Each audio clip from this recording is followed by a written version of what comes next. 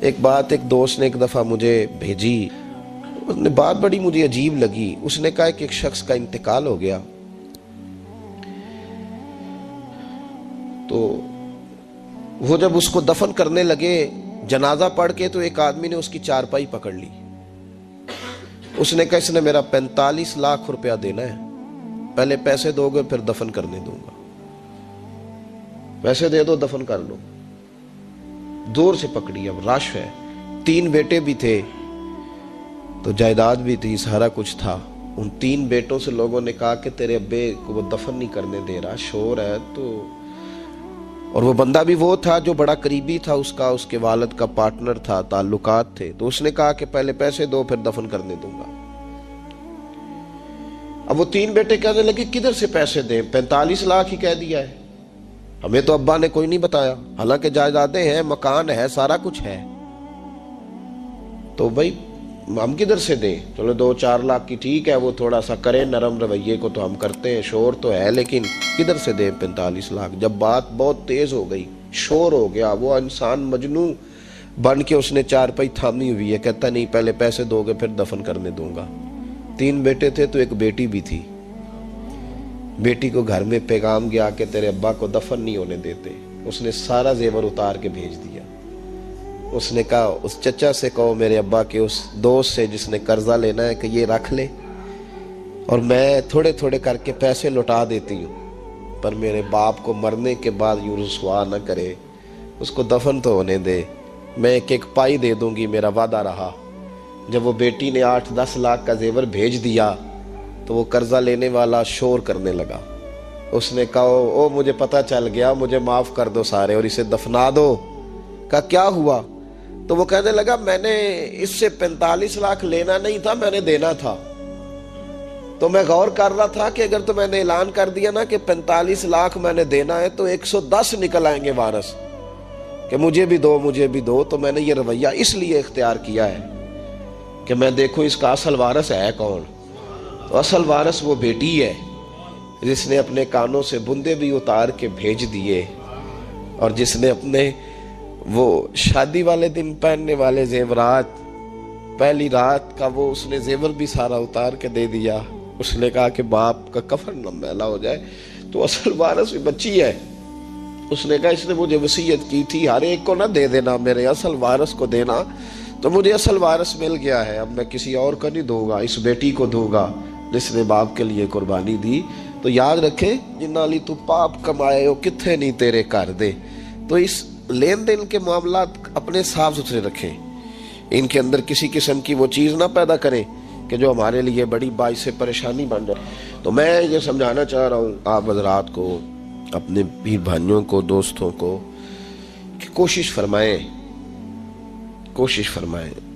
کہ آپ، اور یہ یاد رکھیں وہ میری اماں کبھی کبھی میرے ننھیال سے نا کوئی چیز آتی تھی نا بطور تحفہ کے کسی چیز، تو میری اماں کہتی تھی میرے ماموں سے یا میرے نانا سے کہ بس ٹھیک ہے یہ آپ تھوڑا سا دے جائیں باقی لے جائیں، تو کہتے نہیں رکھ لیں۔ تو اماں کہا کرتی تھی کہ اپنے گھر سے بندہ کھائے تو پھر ہی پوری پڑتی ہے، کوئی دے گا تو کیا اس میں کتنی دیر، ایک دن بندہ کھا لے گا۔ وہ کہا کرتی تھی کہ اگر پورا کرنا ہے نا خرچہ تو بندہ اپنی کمائی سے ہی پورا کرے تو پورا ہوتا ہے۔ اگر کسی کے 10,000 سے آپ سمجھتے ہیں کوئی فائدہ ہوگا تو کچھ نہیں ہوتا۔ آپ کے دست و بازو جو ہمت کر کے لائیں گے اسی سے گزارا ہوگا۔ کسی کا 50,000 رکھ کے کتنا وقت بیت سکتا ہے؟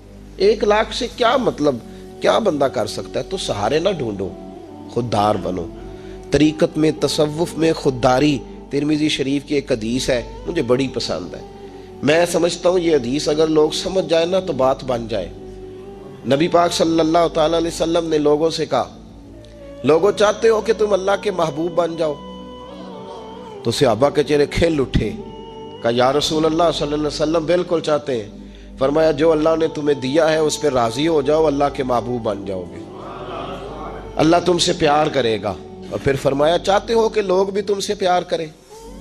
لوگ بھی کریں یا رسول اللہ، دل کرتا ہے۔ تو نبی پاک نے فرمایا کسی بندے کی جیب کی طرف کبھی نہ دیکھنا، جو سامنے والے کی جیب میں ہے اس سے بچ جا، اس کے مال پر نظر ڈالنی چھوڑ دے، لوگ بھی تجھ سے پیار کرنے لگ جائیں گے۔ لوگوں کے مال کی طرف نہ دیکھ، آپ رکھ لیں کسی کا 500 روپیہ بھی، وہ کہے گا بندہ ہی نہیں صحیح، میرا 500 کھا گیا۔ یہ مت سمجھے کہ بڑا امیر تھا اس کو فکر ہی کوئی نہیں، نا۔ ان معاملات کے اندر لوگ کہیں نہ کہیں بول ہی جاتے ہیں، کہیں نہ کہیں بات کر ہی جاتے ہیں، کسی نہ کسی جگہ زبان پھسل ہی جاتی ہے۔ تو مہربانی فرمائیں، مہربانی کریں، آپ اس بات پہ ضرور غور کریں، اور یہ میری اپیل ہے، آپ میرے پیر بھائی ہیں، عزیز ہیں، کہ کوشش فرمائیں لین دین کے معاملات کو 110% صاف رکھیں۔ کوشش کریں جہاں کوئی چیز دینی ہے، خریداریاں بعد میں ہوتی رہیں گی، جائیدادیں بعد میں بنتی رہیں گی، قرضے نہیں ہونے چاہیے، قرضہ نہیں ہونا چاہیے۔ میں ایک بزرگ سے کبھی کبھی ملتا تھا تو میں کہتا تھا حضرت جی حالات کیسے ہیں؟ تو کہتے ہیں الحمدللہ کسی کا دینا کچھ نہیں، الحمدللہ کسی کا۔ تو اس شخص وہ جب بات کرتا تھا تو مجھے یوں لگتا تھا کہ جیسے وہ شخص نعرہ لگا رہا ہے، الحمدللہ کسی کا دینا کچھ نہیں۔ یہ اللہ تعالیٰ کا شکر ہے۔ اور پھر وہ کبھی کبھی یہ بھی کہا کرتے تھے کسی سے 200-250 لینا ہوگا، میں نے دینی کوئی شے نہیں، کوئی کبھی کبھی ٹٹولو گے تو میرا کسی طرف کوئی نکل ہی آئے گا، لیکن میں نے کسی کا دینا کوئی نہیں۔ میرے اسا فرمایا کرتے تھے ہماری تو طریقت بھی بڑی دلیر ہے۔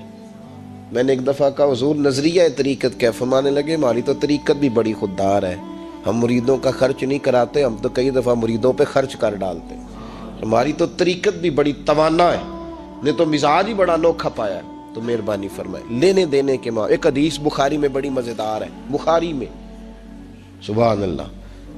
اور بخاری شریف قرآن مجید کے بعد امت مسلمہ کے پاس سب سے معتبر کتاب کا نام بخاری شریف ہے۔ نبی پاک صلی اللہ علیہ وسلم نے فرمایا ایک بھائی اپنے بھائی سے قرضہ لینے لگا، ایک دوست اپنے دوست سے پیسے لینے لگا۔ اس نے کہا یار پیسے تو میں دے دیتا ہوں پر کوئی گواہ۔ اس نے کہا غریبوں کے گواہ نہیں ہوتے، میرا گواہ اللہ ہے۔ اس نے کہا کسی کی ضمانت دے دو۔ اس نے کہا میری کون ضمانت دے گا، میری ضمانت میرا اللہ ہی دے گا۔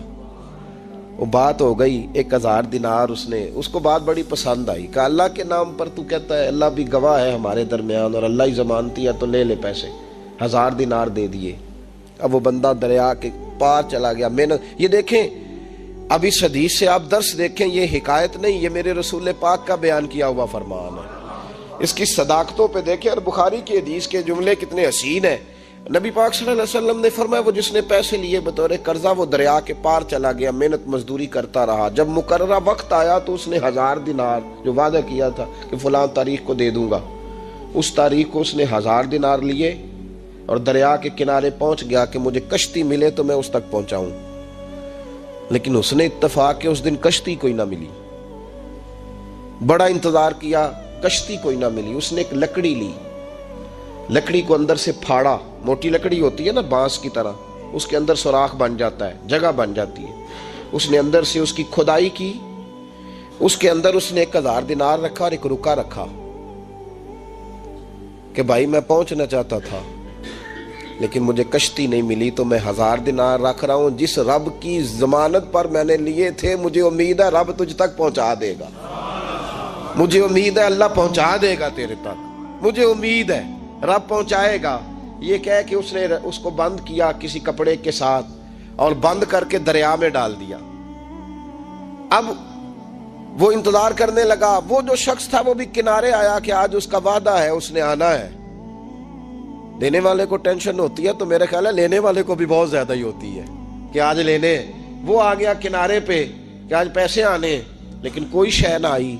ایک لکڑی بہتی ہوئی آئی تو اس نے اٹھائی لکڑی کا، چلو پیسے نہیں ملے تو ایندھن تو ملا ہے نا، گھر جا کے لکڑی جلا کے روٹی تو پکائیں گے نا۔ وہ لکڑی اٹھا کے گھر لایا، گھر لا کے جب اس کو چھیلا، توڑنے لگا کہ ٹکڑے کر کے اس سے آگ جلاتا ہوں، اس نے کھولی تو اندر سے رکا بھی نکل آیا اور 1000 دینار بھی نکل آیا۔ رب کریم کا انداز دیکھو کہ دریا کتنا چوڑا ہوتا ہے اور جو کاغذ ہوتا ہے وہ پگھل جاتا ہے دریا کے اندر، لفظ مٹ جاتے ہیں، لیکن ہر چیز کو بحفاظت میرے رب کریم نے پہنچا دیا۔ اس نے جب اس کو کھولا نا تو 1000 دینار بھی نکل آیا، مقررہ وقت پہ اسے پیسے بھی مل گئے، وہ بڑا راضی ہوا۔ اب یہ بندہ آیا کچھ دنوں کے بعد دوبارہ 1000 دینار کا اور بندوبست کر کے لایا، پتہ نہیں اس تک پہنچے کہ کہیں گم ہو گئے۔ 1000 دینار کا اور بندوبست کر کے لایا، معصوم آمنہ حبیب کبریا سید کون مکان صلی اللہ علیہ وسلم کس حسن کے ساتھ اپنی امت کو حسین اخلاق سکھا رہے ہیں۔ نبی پاک علیہ السلام فرمانے لگے غلاموں ایک اور 1000 دینار لے کے دروازے پہ آیا اور دستک دے کے کہنے لگا میرا رب گواہ ہے کہ میں نے کوشش کی تھی پر مجھے کشتی نہیں ملی، میرا رب گواہ ہے کہ میں نے ہمت کی تھی پر موقع نہیں ملا، اللہ جانتا ہے جس رب کی ضمانت پہ میں نے تجھ سے پیسے لیے کہ میری کوشش پوری تھی پر موقع نہیں ملا، میں آیا ہوں پیسے رکھ لے۔ اس نے کہا اگر اللہ تیرے اور میرے درمیان گواہ تھا پھر وہ کریم بھی بڑا ہے، تو نے دریا میں ڈالے تھے تو رب کریم نے باحفاظت مجھے پہنچا بھی دیے، اور تیری عزتوں کو اس نے برقرار رکھا ہے، میرے دل میں تیری گویا قدر بڑھ گئی ہے۔ او بھائی جو رب کریم پہ بھروسہ کرے، جو اللہ پہ بھروسہ کرے اور ارادہ کرے، اور اسی طرح کی ایک اور حدیث سیاستہ میں موجود ہے، نبی پاک صلی اللہ علیہ وسلم نے فرمایا ایک بندے کا ارادہ تھا قرضہ دینے کا، اس کا پروگرام تھا واپس کروں گا پیسے، محنت کر رہا تھا، جدوجہد کر رہا تھا، کوشش تھی، وہ نیت اس کی صحیح تھی، دبانے کا 1% بھی ارادہ نہیں تھا، کوشش جاری تھی، ہمت کر رہا تھا، فوت ہو گیا۔ یا رسول اللہ اب کیا بنے گا؟ اگر صوفیاء اس حدیث پہ وجد کرتے، وجد آتا ہے ان لفظوں پہ، اب کیا بنے گا؟ تو میرے محبوب فرمانے لگے قیامت کے دن اللہ اپنی رحمت سے اس کے قرضے ادا فرما دے گا۔ دیکھو اتنا بھی کوئی خوش نصیب ہے جس کے اللہ قرضے ادا کرے، اتنا بھی کوئی خوش قسمت ہے رب جس کے قرضے دے، اللہ کہے مجھ سے لے لے چل یار رہنے دے۔ او بھائی ان لفظوں کو دیکھیں نا، جس مبارکہ میں سرکار دو عالم صلی اللہ علیہ وسلم نے فرمایا قیامت کے دن 2 بھائی، ایک بھائی پہلے انتقال کر گیا، ایک بعد میں فوت ہوا، جو پہلے چلا گیا اس کے کچھ حقوق بعد والے نے دینے تھے، سمجھ لے کچھ قرضے تھے، اب وہ پہلے فوت ہوا، اسے بعد میں احساس ہوا، اس نے کوشش بھی کی، معافیاں بھی مانگی، لیکن اب وہ فوت ہو چکا تھا۔ تو نبی پاک صلی اللہ علیہ وسلم فرماتے ہیں قیامت کے دن چونکہ یہ معافیاں بھی مانگتا رہا، توبہ بھی کرتا رہا، بڑی اس کو صحیح احساس ہو گیا، ندامت والی توبہ کی، لیکن اب جس کا حق تھا وہ تو فوت ہو گیا، اب کیا کرے؟ تو محبوب فرمانے لگے فوت ہوگا نا، جس نے دینے تھے پیسے، جس کے ذمہ حقوق تھے، لیکن وہ جس کے دینے تھے وہ تو چلا گیا، سمجھ لے کوئی وارث بھی نہیں۔ تو فرمایا جب یہ فوت ہوگا تو قیامت کے دن جو پہلے فوت ہوا تھا وہ مقدمہ کرے گا کہ یا اللہ اس نے میرا مال دبایا، میرے پیسے لے کے دے، تو رب کریم فرمائے گا چل یہ بڑیاں معافیاں مانگتا رہا، اسے معاف کر دے۔ اللہ فرمائے گا، وہ کہے گا نہیں یا اللہ مجھے بڑا ستایا، مجھے بڑی تکلیف دی، میرے حقوق ضائع کیے، میں نہیں معاف کرتا۔ تو رب کریم فرمائے گا ذرا اوپر اٹھ نہ، چل بعد میں بات کرتے ہیں، اٹھ تو صحیح، وہ جنت میں ایک محل بنا ہوا ہے، ذرا اس کی طرف تو نظر ڈال۔ اس نے نظر ڈالی تو یہاں تو کوئی اچھا انجینئر بنائے کوئی مکان تو نظر جو ہے وہ ہٹتی نہیں، تو جس مکان کو رب تیار فرمائے، جس کو اللہ بنائے، اس سے نظریں کیسے ہٹتی ہوں گی؟ اس نے دیکھا تو دیکھتا ہی گیا، دیکھتا ہی گیا۔ عرض کرنے لگا مولا یہ کس کا مکان ہے؟ تو محبوب علیہ السلام فرماتے ہیں رب کریم نے فرمایا اس کا ہے جو اس کی قیمت دے گا۔ کہ یا اللہ کون قیمت دے گا؟ فرمایا تو بھی دے سکتا ہے۔ یا اللہ میں غریب فقیر، میں کیسے قیمت دوں؟ تو اللہ فرمائے گا چل تو اپنے بھائی کو معاف کر دے، میں محل تجھے دے دیتا ہوں، تو معافی دے دے، محل تیرا ہوا۔ تو حضور فرماتے ہیں 3 دفعہ بولا، کہنے لگا یا اللہ میں نے معاف کیا، یا اللہ میں نے معاف کیا، یا اللہ میں نے معاف کیا۔ تو اللہ فرمائے گا پھر بھائی کا بازو پکڑ، وہ ایک محل نہیں، وہ ایک ہی نقشے کے 2 بنائے ہوئے ہیں، اس کا بازو پکڑ، دونوں جنت میں چلے جاؤ، میں نے تم دونوں کے لیے گھر بنا دیا ہے۔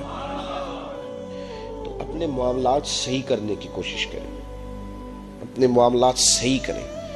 ہم اس سلسلہ عالیہ میں داخل ہیں کہ حضور غوث اعظم رضی اللہ تعالیٰ عنہ کے والد کا مشہور واقعہ ہے کہ بھوک لگی تھی تو دریا میں بہتا ہوا سیب کھا لیا تھا، سیب کھا لیا غوث اعظم کے والد نے۔ تو پھر کہنے لگے اوہو یہ میں نے کیا کیا؟ جس سمت سے وہ سیب آیا تھا وہاں جانے لگے، وہاں ایک باغ تھا، پیچھے جا کے ٹہنیاں جھکی ہوئی تھیں، یہاں سے سیب آیا۔ باغ کے مالک بھی بزرگ تھے، ان سے جا کے کہا غلطی سے کھا لیا ہے، معافی مل جائے۔